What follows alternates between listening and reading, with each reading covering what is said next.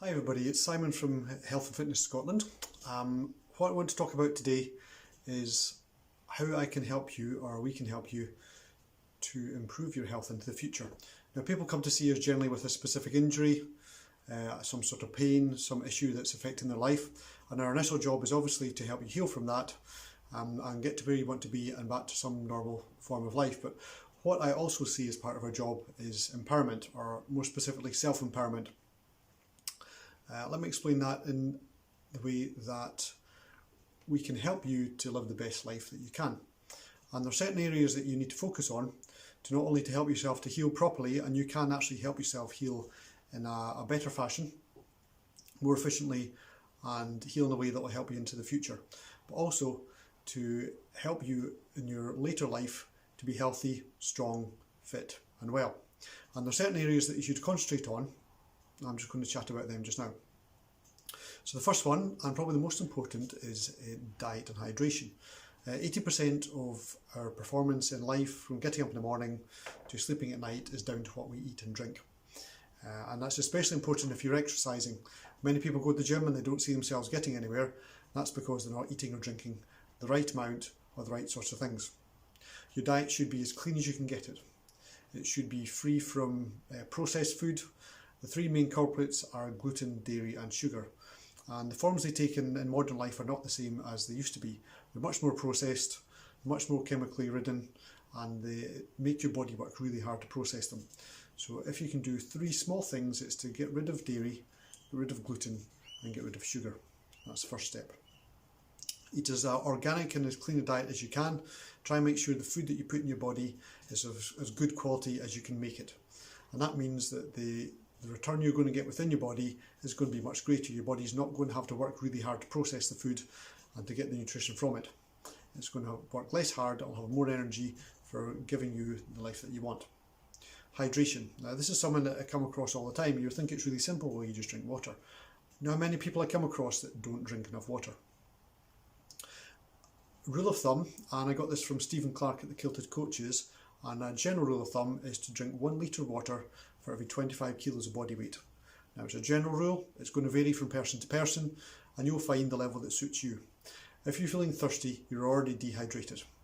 You should never get to the stage where you're feeling like you need a drink, so you should be drinking regularly. I'll repeat that again, 1 litre to 25 kilos of body weight. That might sound a lot, may sound an awful lot more than you're getting, but once you get used to it, your body will actually crave that. A lot of people think that fizzy juice hydrates you. It doesn't. A lot of people think that tea and coffee hydrate you. They don't. The reason for that is caffeine. Caffeine is a dehydrator. It sucks the moisture from your body and it just makes you pee it down the toilet. So caffeine is the enemy of hydration. Energy drinks are another one. People think that keeps them going through the day. All it does is dehydrate you, make your body work hard. You should aim to drink 2 to 3 litres of water, clean water, and preferably filtered water, because the chlorine that we have in our tap water, although here in Scotland it's some of the best in the world, the chlorine still is a toxin, although it cleans the water. So you should try and filter your tap water if you can. It'll just make it much more easy for your body to absorb it and use it. So that's diet and hydration. Exercise. Our bodies are designed to move. They're not designed to sit all day. Your body is an adaptation machine and it will adapt to whatever you do. If you sit all day, your body will get fit for sitting all day. You need to move, you need to get up regularly, you need to use the muscles, you need to use your joints, the ligaments, the nerves and the brain, and exercise is the key to that. You need to get hot and sweaty, you need to get out of breath, you need to get your heart rate up, and that's how you get fit. The endorphin release you get from exercise can make you much more alert, have much more energy, sleep better, and the knock-on effects for your brain are greater as well. So stop sitting around, get up and move your body. Fresh air. We sit inside stuffy offices all day. We go home, we sit home at night, and your body's not getting that oxygen level that it needs. Outside, the air is much cleaner, depending on where you live, of course, and also you're going to get the sun. Maybe not so much in Scotland, which is why people should take vitamin D as a supplement, because 80% of people in Scotland are roughly vitamin D deficient.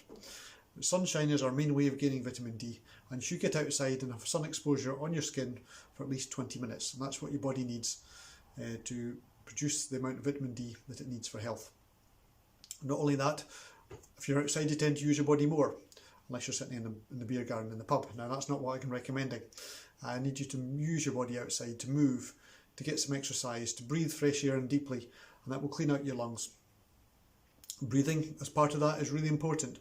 As we sit and we're sedentary, our lung capacity tends to get less because we breathe less. Breathing deeply is really important. It cleans out that bit of air at the bottom of your lungs that tends to sit there and never get used. Oxygen is extremely important for all aspects of our physiology and body working, so breathe deep every day, outside, and preferably fresh air. Middle of a city, maybe not. Go and find some of the parks that they have there. They're always somewhere, even if you travel a little bit. Getting out in the fresh air is extremely important, not only for health in general, but also for mental health too. Sleep. Again, as a nation and a culture now, we don't sleep anywhere near as much as we should do. Between 7 and 9 hours is what everybody should get of uninterrupted sleep. An awful lot of people will have their computers and their screens on all the way up until bedtime, have the phone beside the bed. Deep, relaxing sleep is really important. So screens should be turned off up to 2 hours before bedtime to give your brain a chance to calm down from the blue screen.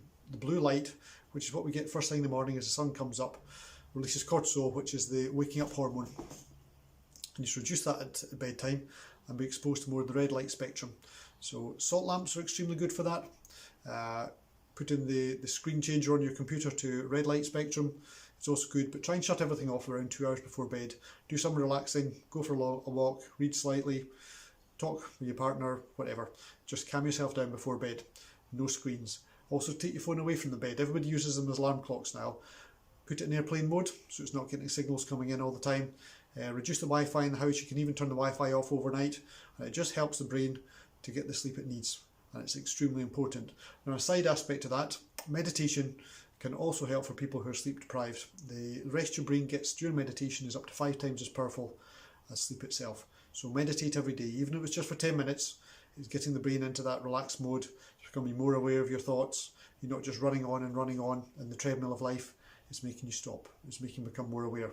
So meditation is extremely important as well. And that takes us into mindfulness. And your mind and your body don't separate. Whatever you think affects your body, and whatever goes on in your body affects your mind. It's a circular system. You can't separate the two. So be self-aware, practice meditation, read the right books, listen to the right podcasts, train your brain in the way you want it to develop. So I'll just reiterate that again. Diet and hydration, exercise, fresh air, sleep, mindfulness and self-awareness. If you have all that covered, then your brain and your body are going to be in the place you want to be to have the best life you can. Anyone needs any further reading material, I can't recommend this book enough. It's by Paul Chek.